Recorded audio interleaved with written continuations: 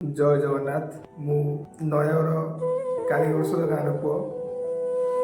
मुशारू Rajasthan 1750 kilometre पदयात्रा कर आसिक अच्छी बौद्ध गोटे गाँव कुकुड़ा फार्म आज आपने जानते जेहेतु आज हूँ पवित्र दीपावली तो दीपावली आज मु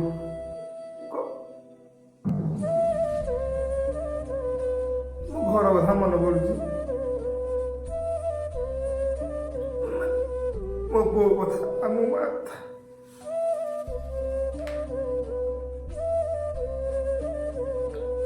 कहीं जो पूर्व दीपावली थी केते पिठापना खाऊली मैं केते एंजॉय करी किंतु आज आसिक कौटी अच्छी किसी कथा ना